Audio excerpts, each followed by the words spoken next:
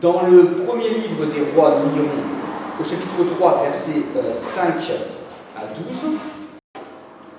À Gabaon, l'Éternel apparut à Salomon en rêve pendant la nuit, et Dieu lui dit : « Demande-moi ce que tu veux, que je te donne. » Salomon répondit : « Tu as traité avec une grande bonté ton serviteur David, mon père, parce qu'il marchait en ta présence dans la fidélité et la justice, et avec un cœur droit envers toi. Tu lui as conservé cette grande bonté, et tu lui as donné un fils pour siéger sur son trône, comme on le voit aujourd'hui. Maintenant, Éternel mon Dieu, tu m'as établi roi, moi ton serviteur, à la place de mon père David. Or, je ne suis qu'un jeune homme, je n'ai pas d'expérience. Ton serviteur se trouve au milieu de ton peuple, celui que tu as choisi. Et c'est un peuple immense, si nombreux, qui ne peut être ni compté ni recensé. Accorde donc à ton serviteur un cœur apte à écouter pour juger ton peuple, pour distinguer le bien du mal. En effet, qui serait capable de juger ton peuple, ce peuple si important ? » Cette demande de Salomon plut au Seigneur. Et Dieu lui dit : « Puisque c'est cela que tu demandes, puisque tu ne réclames pour toi ni une longue vie, ni les richesses, ni la mort de tes ennemis, mais que tu demandes de l'intelligence pour exercer la justice, je vais agir conformément à ta parole, je vais te donner un cœur si sage et si intelligent qu'il n'y a eu avant toi, et qu'on ne verra jamais personne de pareil à toi. » Voilà, chers amis, avec cette crise du Covid, et particulièrement avec le confinement, on aurait pu espérer qu'il se passe en France, dans la tête, dans le cœur de nos concitoyens, une sorte de révolution des consciences, que peut-être la vie professionnelle soit relativisée au profit de la vie de famille, que peut-être la course à la consommation cède la place à plus de sobriété, que peut-être on revienne à plus de solidarité entre voisins. Voilà, on pouvait peut-être rêver de ça quelque part. Et peut-être même, rêve encore plus fou, peut-être, on pouvait rêver d'un réveil spirituel, que les gens se ruent dans les temples et les églises, que les gens renouent avec leur foi chrétienne. On pouvait l'espérer, peut-être certains l'ont rêvé, pourquoi pas après tout. Mais c'est vrai, quelques mois après, force est de constater, en tout cas, j'ai l'impression que ça n'a pas été non plus l'immense révolution spirituelle ces derniers mois. Alors peut-être que les lignes ont un peu bougé, peut-être que voilà, il y a pu y avoir des petites remises en question individuelles par-ci par-là, mais globalement, ça n'a pas été non plus le grand changement. Voilà, j'ai l'impression, et finalement on est presque reparti, non pas comme en 14, mais de plus belle, un peu comme au mois de mars. Et à tout point de vue, et c'est vrai que même par rapport à Dieu et à la vie spirituelle, c'est vrai qu'on est face à une certaine résistance, à finalement assez peu d'attrait pour le christianisme, pour la foi chrétienne, pour Dieu, pour la vie spirituelle. Et la principale raison, je pense, elle est dans le fait que, pour beaucoup de gens, Dieu semble absent, Dieu ne leur parle pas, ils pensent qu'il ne leur parle pas. Dieu, pour beaucoup de gens, n'existe pas. Ce n'est pas une réalité palpable, finalement. Et nous-mêmes, qui sommes pourtant, voilà, je ne vais pas dire le reste fidèle, mais qui faisons partie de la minorité chrétienne qui continue à être pratiquante, croyante, eh bien, nous pouvons être en proie aussi au doute, au sentiment que Dieu est absent, au sentiment, peut-être, parfois ça nous traverse, peut-être que nous nous posons la question dans le secret de nos cœurs, mais finalement, Dieu existe-t-il vraiment ? Et quand nous sommes face à ce type de questions, je crois qu'il est très important de nous souvenir que Dieu est un Dieu de relation. C'est-à-dire qu'on ne peut sentir la présence de Dieu, expérimenter la présence de Dieu, que si on vit en relation avec lui, que si on entre en relation avec lui, que si on entretient cette relation avec lui. D'ailleurs, la relation entre Dieu et les hommes, entre Dieu et l'être humain dans la Bible, est souvent comparée à la relation conjugale, à la vie maritale, à la relation d'un couple, et évidemment, la relation conjugale, elle s'entretient. Un pasteur et conseiller conjugal qui s'appelle Gary Chapman, je ne sais pas si vous avez entendu parler, Gary Chapman pour les anglophones, voilà, c'est un écrivain à succès, un pasteur et conseiller conjugal à succès, qui a écrit notamment Les langages de l'amour, ça vous dit quelque chose ? Un petit bouquin qui s'est énormément vendu Les langages de l'amour. Et dans ce livre, donc, il donne des petites clés pour finalement entretenir la vie conjugale. Et il dit qu'il existe 5 langages de l'amour. Les langages de l'amour, c'est des moyens par lesquels on va dire son amour à son conjoint. Alors, il y a des conjoints qui sont plus ou moins sensibles à un de ces langages, donc c'est important pour le mari, pour la femme, de savoir qu'est-ce qui fait qu'un conjoint va se sentir aimé. Voilà, quel est son principal langage de l'amour. Il y a 5 langages de l'amour. Et profitez-en peut-être, les couples, pour réfléchir à quel est, vous, votre langage principal de l'amour et comment vous exprimez avant tout l'amour à votre conjoint. Les 5 langages de l'amour sont les suivants. Le toucher physique, les paroles affectueuses, les moments de qualité, les cadeaux bien choisis, n'est-ce pas, mesdames? Et puis messieurs aussi. Et puis les services rendus. Voilà les 5 langages de l'amour, les 5 manières avec lesquelles on exprime son amour pour son conjoint. Et finalement, quand on y réfléchit, Dieu utilise avec nous ces langages de l'amour.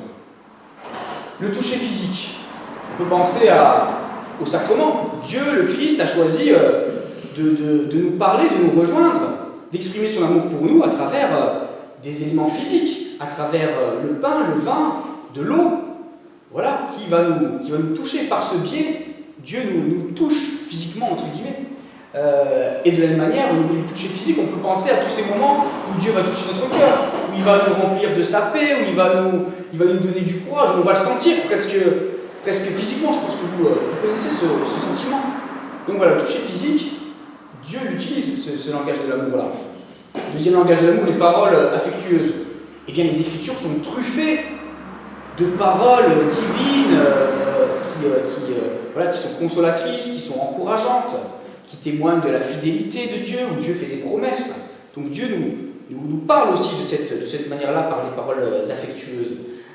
Les moments de qualité, eh bien je pense qu'on peut chacun vivre des moments de qualité quand on s'arrête dans la journée et qu'on consacre du temps à Dieu, en lisant les Écritures par exemple, en écoutant une musique spirituelle. Voilà, on a tous cette possibilité, je crois, d'expérimenter un moment de qualité avec Dieu. Sentir que Dieu, finalement, prend soin de nous. Les cadeaux bien choisis, eh bien, on pense à l'action de la providence divine, les petits cadeaux du quotidien, les petites joies que Dieu nous offre au quotidien, qu'il renouvelle jour après jour. Et puis bien sûr, il y a les plus grands cadeaux, les grands cadeaux de la vie, voilà, que Dieu met sur notre chemin. Et puis enfin, les services rendus, on peut penser à toutes les fois où Dieu résout nos problèmes, qui nous donne la clé de résolution à nos problèmes, quand il ouvre une porte alors qu'on était face à un mur. Voilà, tout ça, ce sont des services rendus, ce sont des manières par lesquelles Dieu exprime son amour et sa fidélité envers nous. Et parce que Dieu est un être de relation, eh bien nous sommes nous-mêmes invités à utiliser ces langages de l'amour avec Dieu pour entretenir notre relation. Ainsi, le toucher physique, eh bien, quand on reçoit le sacrement, d'une certaine manière, voilà, on s'approche de Dieu, on touche Dieu quelque part. Les paroles affectueuses, eh bien, c'est le principe de la louange. Voilà, quand on chante un cantique, on remercie Dieu. C'est une parole affectueuse. Quand on le remercie au début du repas, quand on le remercie pour notre journée, quand on le bénit de nous permettre de vivre une nouvelle journée. Les moments de qualité, eh bien sûr, on les vit, voilà, quand on s'arrête de notre journée, quand on décide de prendre du temps gratuit pour méditer, par exemple. Les cadeaux, eh bien, c'est le principe de l'offrande. L'offrande, c'est pas simplement la cotisation qui fait vivre l'Église, c'est avant tout un geste spirituel, un geste d'amour, un geste de confiance envers Dieu, un cadeau envers Dieu, l'offrande. Et puis les services rendus, eh bien, c'est toutes les fois où on aimerait un peu égoïstement faire quelque chose, vivre quelque chose, et puis on va prendre du recul et on va se dire non, je vais avant tout essayer de me mettre au service de Dieu. Voilà pour les services rendus. Et donc vous voyez que finalement, la relation avec Dieu aussi, elle s'entretient, et il y a des moyens par lesquels finalement on renforce notre amour et notre relation, notre communion avec Dieu. Et c'est exactement ce que fait Salomon ici. Salomon, dans notre récit, ben, voilà, Dieu lui demande ce qu'il veut, et Salomon, spontanément, il va se mettre au service de Dieu. Il va dire, voilà, ce que j'ai avant tout envie, c'est me mettre à ton service, c'est être un bon roi, c'est être un roi qui a la sagesse pour guider ton peuple. Et on lit que cette réponse de Salomon plut à Dieu, ça a fait plaisir à Dieu. Et parce que ça fait plaisir à Dieu, eh bien, Salomon va recevoir encore davantage de Dieu. Dieu va répondre à sa prière, Dieu va lui donner la sagesse. Et cet amour que Salomon renvoie à Dieu, ça va aussi avoir des répercussions sur sa relation avec Dieu, ça va renforcer cette communion. Alors, vous voyez, c'est un moment très fort là que Salomon vit avec Dieu. C'est un peu comme si une femme demandait à son mari « Oh, qu'est-ce que tu voudrais comme cadeau ?» et que le mari lui répond « Ce qui me ferait le plus plaisir, c'est de mieux te servir, c'est de mieux t'aimer. » Alors ce serait une formidable déclaration, on en pleurerait presque, une telle déclaration d'amour. Hein, c'est magnifique. Voilà ce que Salomon fait avec Dieu, et ça fait plaisir à Dieu, ça renforce leur communion et leur amour mutuel. Alors, en prenant ce texte un peu rapidement et en le séparant du reste de l'écriture, on pourrait penser que finalement c'est pas légitime de demander des choses pour soi, de demander une longue vie, d'aspirer à vivre dans une certaine abondance, que demander la mort de ses ennemis. En tout cas, je pense qu'il faut plutôt comprendre comme le fait de demander la protection face peut-être à des gens qui nous veulent du mal. On pourrait croire que c'est pas légitime, puisque Salomon ne le demande pas et que ça plaît à Dieu. Et je ne crois pas que ce soit le cas, puisque dans un tas de passages de l'Écriture, il apparaît que avoir une longue vie, vivre dans une certaine abondance, être protégé de ceux qui nous veulent du mal, ce sont des bénédictions divines, ça apparaît comme des bénédictions divines. Mais ce que ce texte nous dit, je crois, c'est que le fait de se décentrer et de se consacrer à Dieu, de chercher ce que Dieu veut avant ce que nous voulons spontanément, eh bien ça accroît notre communion avec Dieu. Voilà.